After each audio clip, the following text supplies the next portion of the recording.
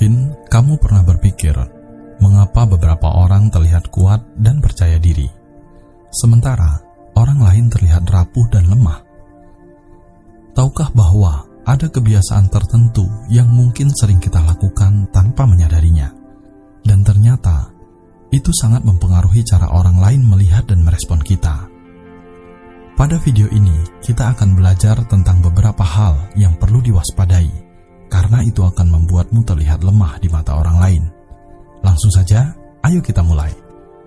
Ketergantungan pada orang lain.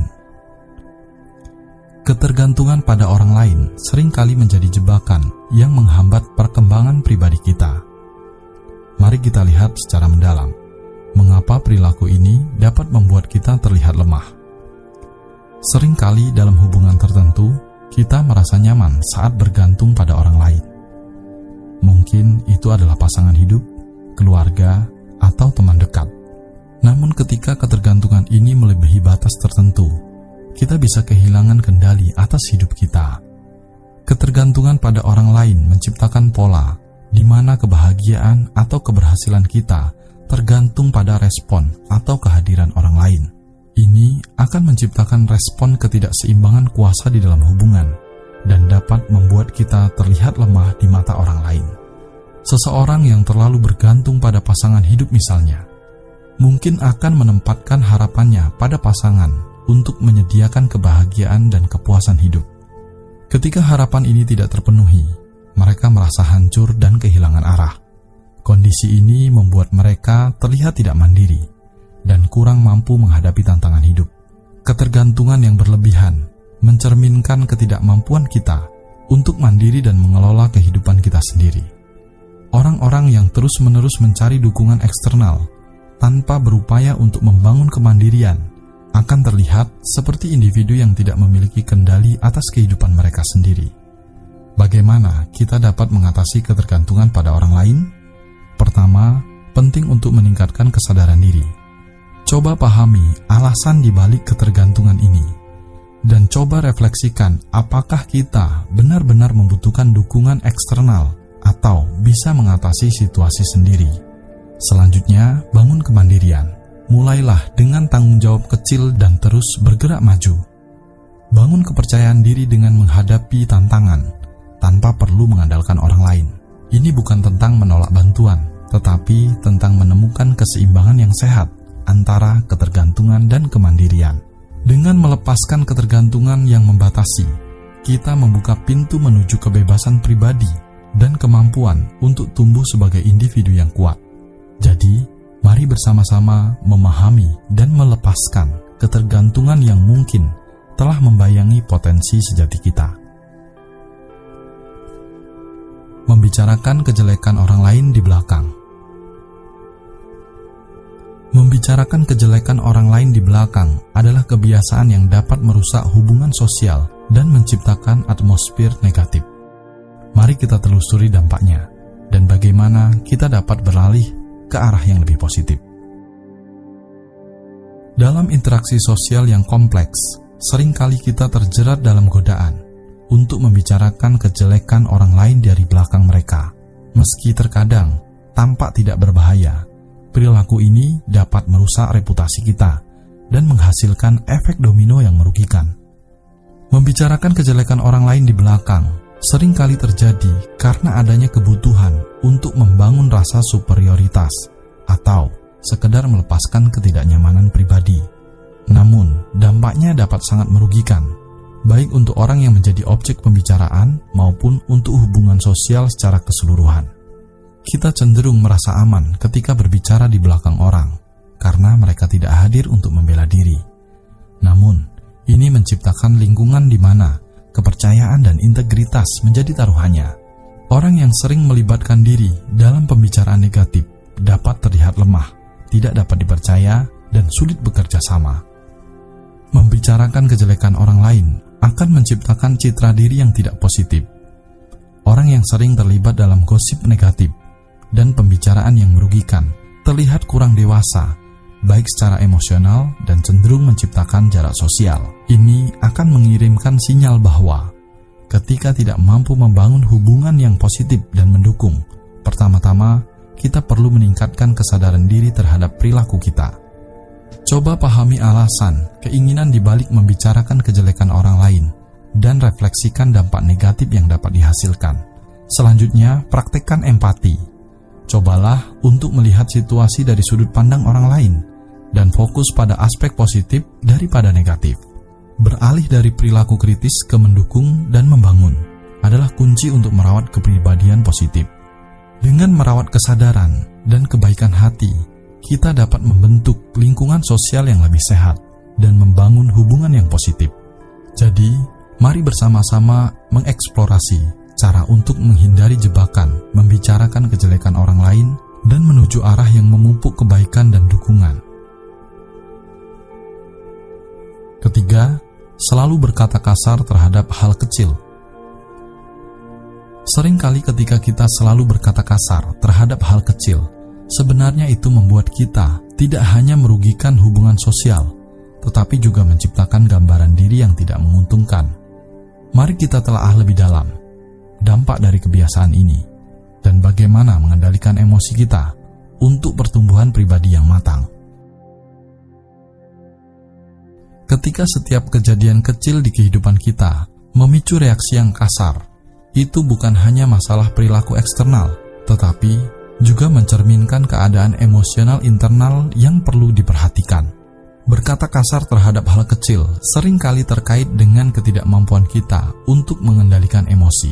Sebuah frustasi kecil bisa memicu reaksi berlebihan, menciptakan lingkungan yang tidak nyaman, dan merugikan baik untuk diri sendiri maupun orang di sekitar.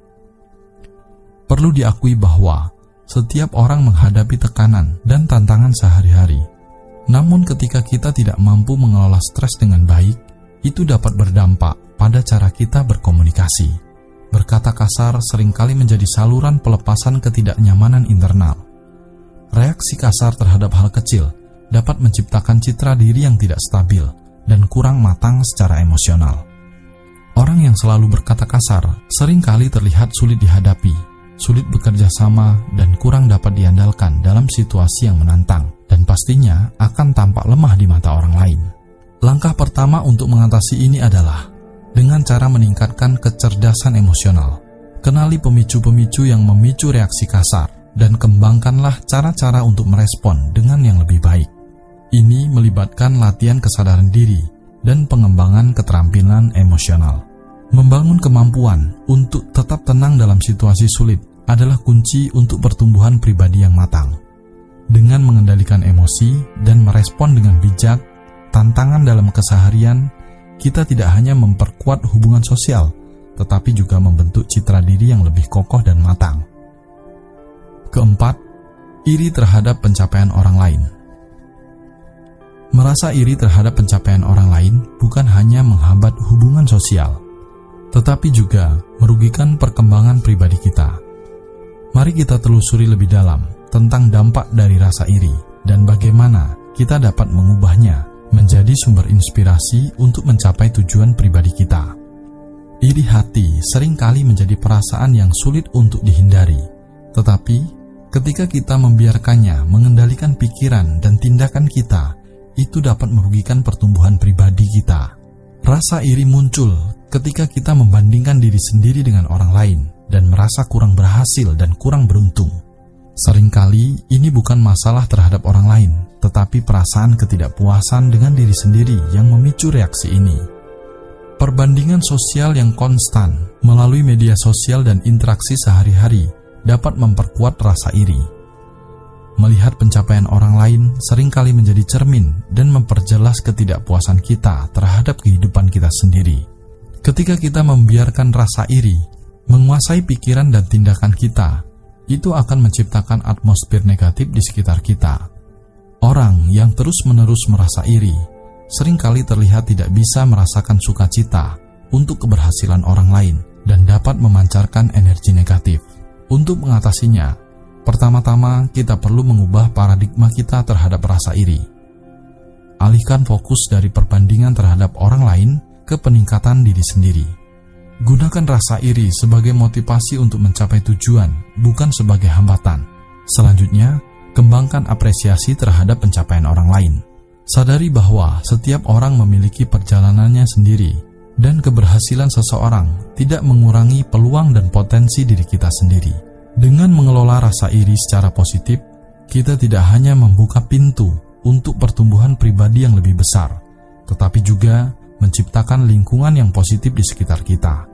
Jadi, mari bersama-sama mencoba cara-cara untuk mengubah rasa iri menjadi sumber inspirasi untuk mencapai keberhasilan pribadi. Kelima, tidak bisa menepati janji. Gagal menepati janji bukan hanya merugikan hubungan sosial, tetapi juga menciptakan citra diri yang tidak dapat diandalkan. Mari kita telaah secara mendalam tentang dampak dari ketidakmampuan menepati janji, dan bagaimana kita dapat membangun integritas serta kredibilitas diri. Menepati janji bukan hanya kewajiban sosial, tetapi juga mencerminkan karakter seseorang. Ketika kita tidak dapat dipercaya untuk menepati janji, itu dapat merugikan hubungan dan merusak reputasi kita. Mari kita bahas mengapa hal ini dapat terjadi dan bagaimana kita dapat mengubahnya. Gagal menepati janji bisa disebabkan oleh berbagai faktor, seperti kurangnya pengelolaan waktu, kurangnya komitmen, atau bahkan kurangnya rasa hormat terhadap orang lain. Apapun penyebabnya, dampaknya bisa sangat merugikan diri sendiri. Ketidakmampuan menepati janji seringkali berakar dari kurangnya tanggung jawab terhadap komitmen diri sendiri.